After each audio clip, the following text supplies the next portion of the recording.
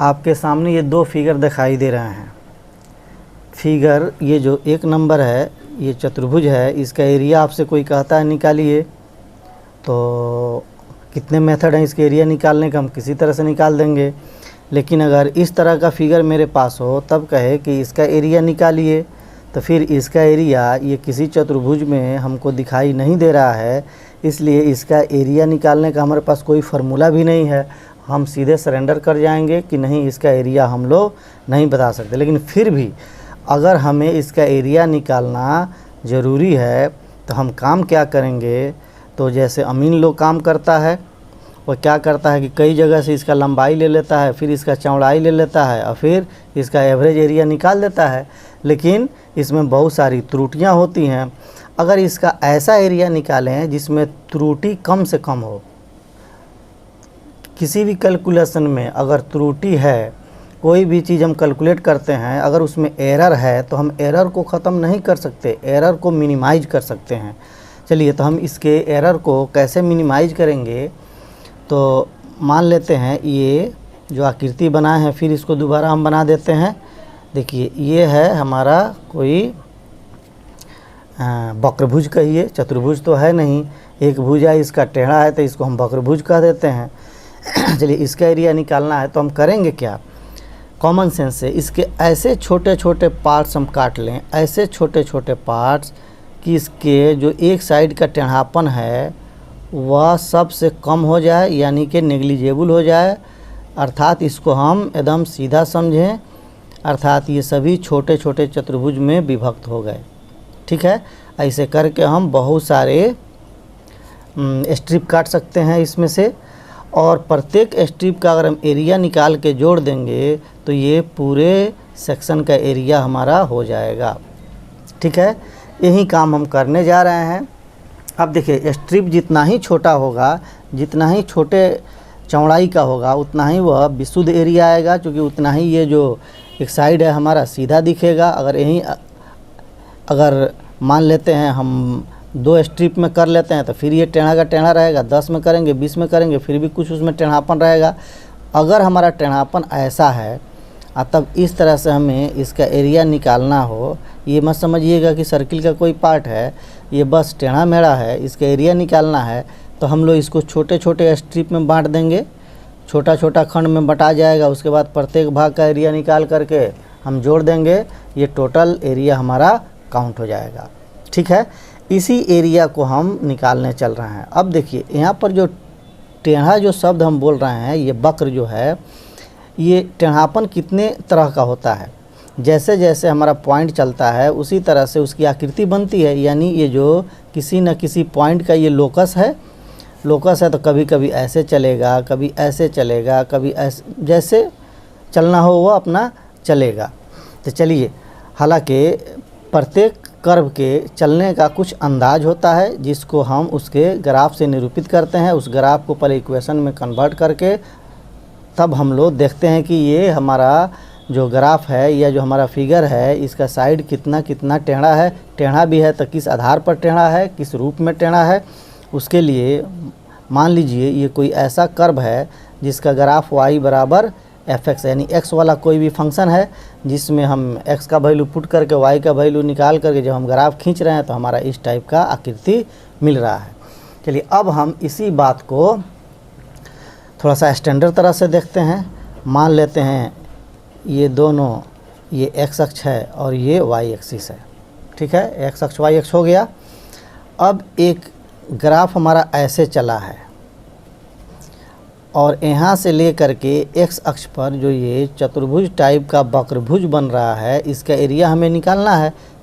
इसका एरिया हमें निकालने के लिए बस वही विधि अपनानी है, लेकिन ध्यान ये रखना है कि जितना संभव हो सके छोटा से छोटा, उतना छोटा हम स्ट्रिप काटें इसमें से। चलिए, हम जो स्ट्रिप काट रहे हैं इसमें वह h लंबाई का है, जो कि h के बारे में हम परिचित हैं, h टेंड्स टू 0। अब h लंबाई का हमने इसमें स्ट्रिप काटा तो इसको गिन रहे हैं तो इसमें कितना स्ट्रिप हो रहा है, n। ये पहला स्ट्रिप है, ये दूसरा है, इसी तरह से ये nवां है। ठीक है, अब इसका एरिया अगर हम काउंट करें तो फिर पहले हम एक पार्ट का एरिया निकालें और ये भी जान लें ये ऊंचाई यहाँ पर कितनी है और यहाँ से यहाँ तक दूरी कितनी है ओरिजिन से, उस हिसाब से यहाँ का हम कोऑर्डिनेट को डिनोट कर सकते हैं। तो लीजिए यहाँ का कोऑर्डिनेट मान लेते हैं ये दूरी ए का है तो यहाँ पर ए होगा और ये हमारा जो इक्वेशन है वह y equal to F X, तो यहाँ का y नियामक होगा एफ ए, ठीक। और ये हमारा यहाँ से यहाँ तक दूरी अगर b का है, ये टोटल दूरी, और ये हो जाएगा बी एफ बी, यहाँ का पॉइंट हो गया। तो यहाँ से यहाँ तक दूरी a का है और ये दूरी एफ ए का है और यहाँ से यहाँ तक ये सभी एच एच लंबाई का सभी खंड है। तो यहाँ से ये जो हमारा चौड़ाई है तो h होगा और ऊंचाई होगा क्या होगा एफ ए हो जाएगा, ठीक है, यानी h इंटू एफ ए। तो ये पहला सेक्शन है, खूब गौर से सुनिए, ये लंबाई तो हमारा एफ ए हुआ और चौड़ाई h हो गया, तो पहले सेक्शन का एरिया कितना होगा h इंटू एफ ए, ठीक है। उसी तरह से दूसरे का क्या होगा, तो फिर h into F A plus H, क्योंकि अब यहाँ से यहाँ तक a है तो यहाँ से यहाँ तक a प्लस एच होगा, तो a प्लस एच होगा तो यहाँ का कोऑर्डिनेट a और f a plus H F A plus H, तो h into F A plus H हुआ। फिर उसके बाद वाले का h into F A plus two H. इसी तरह से अगर हम करते चले जाएं, आगे बढ़ते चले जाएं, जो nवां खंड है, तो पहले खंड में देख रहे हैं ना, पहले खंड का जो एरिया h इंटू एफ ए है, दूसरे खंड में h into F A plus H है, दूसरा खंड में एक ही h है, तीसरा खंड में 2h है। तो nवां खंड जो हमारा होगा उसका एरिया क्या होगा, तो h into F A plus N minus one into H, ठीक है, ये एरिया हो गया। सपोज ये टोटल योग जो है हम स्मॉल s से लिख देते हैं। अब इस चीज़ को हमको शॉर्ट करना है, ये तो बहुत लंबा प्रोसेस है, लंबा मेथड है इसको लिखना। इसको शॉर्ट में लिखेंगे तो देखिए हम कैसे लिखते हैं, sigma r equal to 0 to n H F A plus R H, 0 to n नहीं, 0 टू n माइनस 1 कीजिए, चूँकि r के जगह पर जब 0 रखेंगे तो पहला मिलेगा, r के जगह पर 1 रखेंगे तो दूसरा मिलेगा, r के जगह पर 3 रखेंगे तो तीसरा मिलेगा, r के जगह पर n अगर रखेंगे तो हमारा n माइनस 1 मिलेगा, ठीक है ना, एक उससे कम मिल रहा है। तो ये हमारा उसका शॉर्ट फॉर्म है, ये पूरे सीरीज का ये एक शॉर्ट फॉर्म है। तो इसको हम स्मॉल s से डिनोट कर रहे हैं। चलिए अब इसी एरिया पर हम फिर से विचार करते हैं। यहाँ पर फिर समझा दें आपको, हमने लंबाई ये लिया, इसी रेक्टेंगल का ये भी तो उसी का लंबाई है। अगर यहाँ से हम काउंट करना शुरू कर दें, फिर से ध्यान से सुनिए, अगर हम शुरू वाले भुजा को लेकर चलते हैं, इसको अपनी हम लंबाई लेकर चलते हैं, तो फिर दूसरा के लिए इसको लेंगे, तीसरा के लिए इसके पहले वाले को लेंगे। होना तो ये चाहिए था कि ये दोनों आपस में बराबर है, परंतु इसका जो लंबाई होगा इसका होगा एफ ए प्लस एच, इसका हो जाएगा एफ ए प्लस एच, और इसका जो लंबाई होगा वह एफ ए होगा, उसके बाद इसका जो लंबाई होगा वह F A plus two H होगा, ठीक है। तो अगर हम इसको लंबाई के रूप में लेते हैं इस सेक्शन के एरिया निकालने के लिए, तब हमारा एरिया क्या आएगा, तब देखिए ये जो हमारा एरिया होगा, पहले पार्ट का area h into F A plus H, यानी पहले ही खंड का एरिया हम निकाल रहे हैं, तो ये जो सेकंड लाइन है उसकी लंबाई निकालेंगे, एफ ए प्लस एच होगा। उसी तरह से F A plus two H हो जाएगा दूसरे का, h into F A plus three H हो जाएगा तीसरे का। अब nवें खंड का निकालेंगे तो h into F A plus N H होगा, ठीक है। इसको हम कैपिटल S से लिखते हैं। चलिए अब S का मतलब सम, अब इसको हम शॉर्ट करेंगे तो r equal to 1 to n H F A plus R H, ठीक है। तो ये जो है, क्योंकि एक ही क्षेत्र का एरिया है दोनों, पहला वाला जो निकाला स्मॉल h वाला और दूसरा वाला निकाला है ना कैपिटल S वाला, तो ये दोनों एरिया आपस में समान है। तो हम चाहें तो अपने एरिया को इससे निकालें, इससे निकालें, फिर भी थोड़ा सा नेग्लिजिबल अंतर जरूर आएगा। और यहाँ पर h को हम जो लिए हैं, क्या लिए हैं, h टेंस टू 0, पीछे वाले में भी हम लोग यहाँ लिख देंगे, जहाँ हमारा h का लंबाई है वह क्या है, h tends to limit h tends to 0। अब इसका लिमिटिंग वैल्यू आएगा, फिर इसका लिमिटिंग वैल्यू आएगा, दोनों का limiting value if small s equal to capital S, तो हम कहते हैं कि हमारा फंक्शन इंटीग्रेबल है, यानी इसको हम इंटीग्रेट कर सकते हैं। ठीक है, तो यही दो एरिया है। अब चूँकि ये एक हमें सीरीज मिल रहा है ना, तो इसको हम सीरीज के रूप में भी व्यक्त करते हैं इंटीग्रेशन को, और एरिया के रूप में भी व्यक्त करते हैं इंटीग्रेशन को। ये हमारा सीरीज के रूप में है, ये हमारा एरिया, और ये एरिया के रूप में भी है। अगर ज्योमेट्री के व्यू से देखें तो ये एरिया दे दिया, और देखें इसको अलजेब्रिक व्यू से तो यह एक सीरीज जैसा काम कर रहा है। तो हम लोग इंटीग्रेशन को पढ़ेंगे, है ना, सम ऑफ ए सीरीज के रूप में भी, और और एरिया को काउंट करने में भी। चलिए पहले हम इसको सीरीज के रूप में देख लेते हैं। तो हमने देखा, हाँ, तो ये कौन सा इंटीग्रेशन है, यही इंटीग्रेशन है a to b fx dx का, ये। और पीछे वाला भी जो दिए थे स्मॉल s, ये आपका स्मॉल s, इसको भी हम बोलेंगे ये a to b fx dx। ठीक है, और ये दोनों लगभग बराबर होता है, दोनों का लिमिट बराबर होता है। अगर ये दोनों का लिमिट आपस में बराबर नहीं हुआ तो हम कहते हैं हमारा फंक्शन इंटीग्रेबल नहीं है। इसको कहते हैं लोअर सम, और उसको कहते हैं अपर सम। इसलिए कि लोअर सम इसलिए कि इसमें जो लोअर लाइन है बस वही यूज हो रहा है, और अपर वाले में सबका बाद वाला यूज हो रहा है, तो इसलिए उसको कहते हैं हम अपर सम, इसको कहते हैं लोअर सम। लोअर सम और अपर सम दोनों आपस में बराबर हो गया तो हमारा फंक्शन इंटीग्रेबल कहलाता है। चलिए अब हम लोग यहाँ पर एक चीज़ देखे हैं, a to b fx dx का definition limit h tends to 0 h into sigma r बराबर 1 to n, limit h tends to 0 sigma r बराबर 1 to n h f a plus R H. h को आप बाहर भी रखें अंदर रखें कोई फ़र्क नहीं पड़ता है, सिग्मा से बाहर भी, लेकिन लिमिट से बाहर नहीं जाना चाहिए, चूँकि h टेंस टू 0 यहाँ है, लिमिट से बाहर कर दीजिएगा तो ये मीनिंगलेस हो जाएगा। या फिर ये भी हो सकता है limit h tends to 0 sigma r बराबर 0 to n-1 h f a plus R H. तो हम इसका यूज नहीं करेंगे अपने श्रेणियों के योग में, हम सिर्फ इसका यूज करेंगे। दोनों में से हम कोई यूज कर सकते हैं, लेकिन इसका यूज करेंगे चूँकि इसमें n-1 का झंझट है, इसमें r बराबर 1 to n है, n-1 का झंझट नहीं है, इसलिए इसको जोड़ने में थोड़ा सा आसानी भी होगी।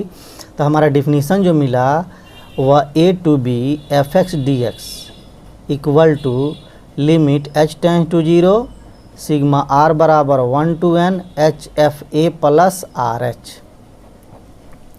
ठीक है, अब यहाँ पर एक दिमाग में एक सवाल उत्पन्न हो रहा होगा कि हम लोग कैसे समझ गए कि ये इंटीग्रेशन है, ये इंटीग्रेशन ही है, इसका एरिया जो है ये इंटीग्रेशन ही है, इसको हम कैसे समझ गए, क्या इंटीग्रेशन एरिया को कैलकुलेट करता है, ये हम कैसे जाने कि ये इंटीग्रेशन ही है। तो इसके लिए इसके नेक्स्ट वीडियो में हम आपको बताएंगे, जब एरिया शुरू करेंगे इसको भी आपको प्रमाण दिया जाएगा कि इंटीग्रेशन वास्तव में एरिया ही क्यों होता है। तो चलिए फ़िलहाल हम इस पर कुछ काम कर लें। अब कहेगा कि आप x dx 0 to 3 कैलकुलेट करें, कहेगा कि इसका इंटीग्रेशन करें बाई डेफिनीशन या फर्स्ट प्रिंसिपल। ठीक है, या बाई ए बी इनिशियो। तो इस तरह से कई तरह का नाम वो ले सकता है, लेकिन हम लोग बार बार यूज करेंगे बाय डेफिनीशन यानी परिभाषा से। तो अब हम लोग इसको परिभाषा से इंटीग्रेट करने को जब कहेगा, ये क्वेश्चन अवश्य, एक क्वेश्चन हमेशा रहता है, लगभग 5 नंबर का अब आपका कर दिया है, पहले 7 नंबर में आता था, तो 5 मार्क्स का ये क्वेश्चन है, इसलिए एक क्वेश्चन आप बना लीजिएगा तो शायद सभी क्वेश्चन उसी बेसिस पे चलता चला जाएगा, आप सब बना लेंगे। चलिए अब हम देखते हैं कि हमारा क्वेश्चन नंबर ए इसको लिख लेते हैं 0 to 3 x dx। लिखेंगे हीयर fx का वैल्यू यहाँ क्या दिया हुआ है, x दिया है। ठीक है, इंटीग्रेशन में वही ना है, a to b fx dx है। जैसा कि आप देख रहे हैं, तो यहाँ पर जो dx के साथ रहेगा वही हमारा fx है, और a equal to 0 b equal to 3।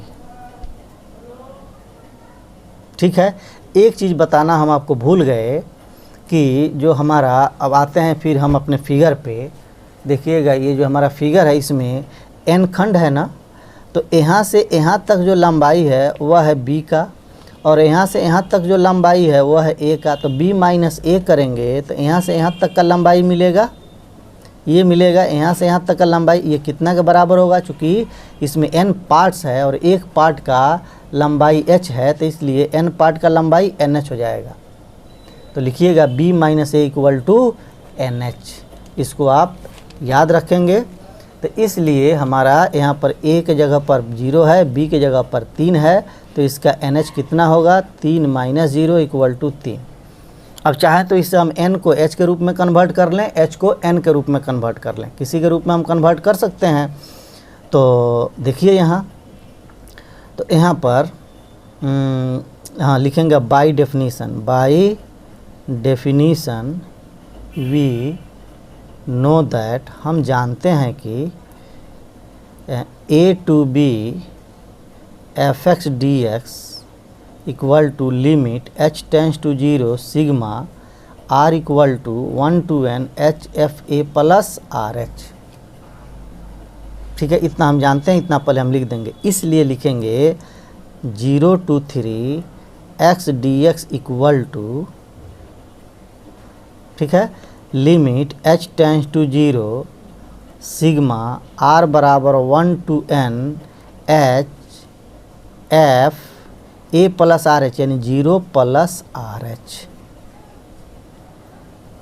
अर्थात limit h tends to 0 sigma r equal to 1 to n h f R H. Step by step आप देखते चलिए। ठीक है, अब इसके बाद limit h tends to 0 sigma r बराबर 1 to n h, अब F X equal to X है, तो F R H equal to क्या होगा, आर एच होगा। अगर यहाँ एक्स स्क्वायर होता तो आर एच का होल स्क्वायर होता। अगर साइन एक्स होता, F X equal to sine X, तो यहाँ साइन आर एच होता। यानी जहाँ एक्स है वहाँ पर हमको आर एच पुट कर देना है। ठीक है, तो अब हमारा क्या मिला, limit h tends to 0 sigma r equal to 1 to n R H square. ठीक है, तो ये सिग्मा के लिए वेरिएबल कौन है, r है, लिमिट के लिए वेरिएबल कौन है, h स्क्वायर है। तो ये ध्यान रखेंगे कि h स्क्वायर, h जो है कभी हमारा लिमिट से बाहर ना जाए और r हमारा सिग्मा से बाहर ना जाए। ठीक है, तो अब हम लोग इसको लिख सकते हैं, limit h tends to 0 h square को सिग्मा से बाहर कर दें, और यहाँ r लिखा हुआ है, r बराबर 1 to n।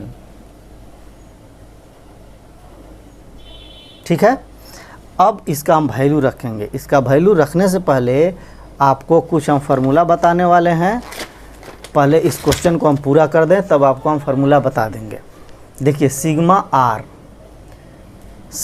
आर जो लिखा हुआ है, r बराबर 1 to n, इसका मतलब क्या हुआ, इसका मतलब हुआ r का वैल्यू एक बार 1 प्लस एक बार 2, फिर प्लस 3, फिर प्लस 4, फिर प्लस डॉट डॉट कहाँ तक, n तक।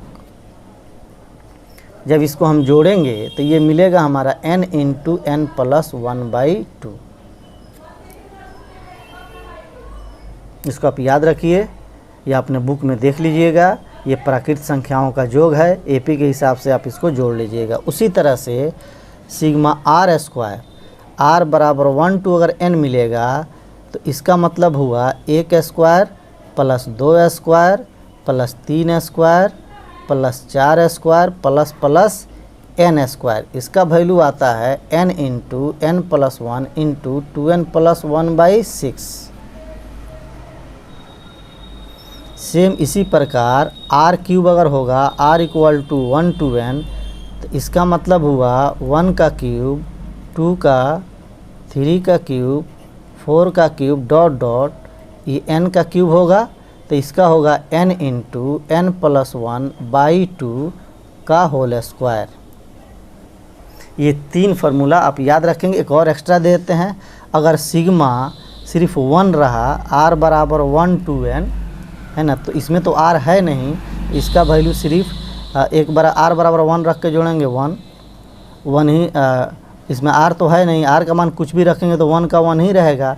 जैसे आपको हम इसको डिटेल में बता देते हैं, सिग्मा r बराबर 1 to n है, 1 के जगह पर लिख दें r टू द पावर 0, 1 होगा। अब r का value 1 to the power 0, 2 to the power 0, 3 to the power 0 dot dot n to the power 0। तो 1 1 1 1 कितनी बार है, n बार है, तो इसलिए इसका वैल्यू n हो जाएगा। अब कहीं सिग्मा 2 भी आता है, r बराबर 1 to n, तो 2 को आप कॉमन कर लीजिएगा तो 1 हो जाएगा यहाँ, r बराबर 1 to n, तब क्या होगा, ये 2n हो जाएगा। यानी 2 को n बार जोड़ना, अगर विदाउट r हो, r से इंडिपेंडेंट होगा तो हमारा ऐसे कैलकुलेशन होता है। तो ये फार्मूला आप देख लेंगे, ठीक है। अगर समझ में नहीं आया हो ये फार्मूला तो कभी जब क्लास खुलेगा तो आपको हम बता देंगे, अगर आप पूछिएगा तब, नहीं तो अच्छा तो रहेगा, आप इसको याद कर लीजिए। चलिए अब इसी को हम यूज करते हैं। हमारा क्या आया था, 0 to 3 fx dx का जो वैल्यू आया था वह था limit h tends to 0, limit h tends to 0 h square sigma r बराबर 1 to n, ठीक है। तो हमारा क्या हुआ, limit h tends to 0 h square, अब r का वैल्यू वहीं n इंटू n प्लस 1/2, ठीक है। हमने पीछे देखा कि NH का वैल्यू कितना मिला था हमें, 3। अब इसको NH का पेयर कर दें ताकि इसका वैल्यू हम 3 रख देंगे, h टेंस टू 0 और h स्क्वायर है तो एक h को इसके साथ सेट करें तो NH, एक h जो बचा अंदर में गुना करा दें तो NH प्लस 1 होगा /2, ठीक है।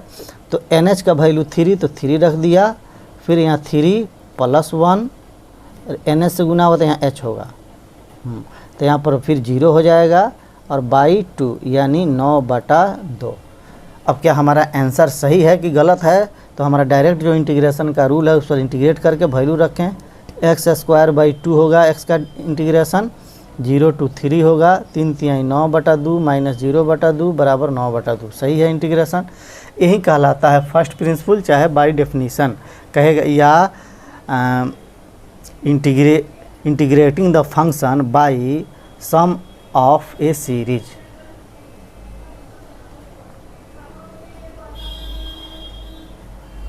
ठीक है। अब हम लोग इसके बाद अब दूसरा वीडियो हम बनाएंगे, उसमें एक्स स्क्वायर का रहेगा, एक्स क्यूब का रहेगा, तो आपको और क्लियर समझ में आ जाएगा। इसके बाद वाला वीडियो अवश्य खूब गौर से देखिएगा। ये तो कंसेप्ट वाला चैप्टर था इसलिए हमने थोड़ा सा मैं बता दिया इसको। अब इसके बाद में आगे वाला वीडियो डालेंगे और अपने मन से कुछ क्वेश्चन करेंगे, उसके बाद आपके बुक का क्वेश्चन होगा।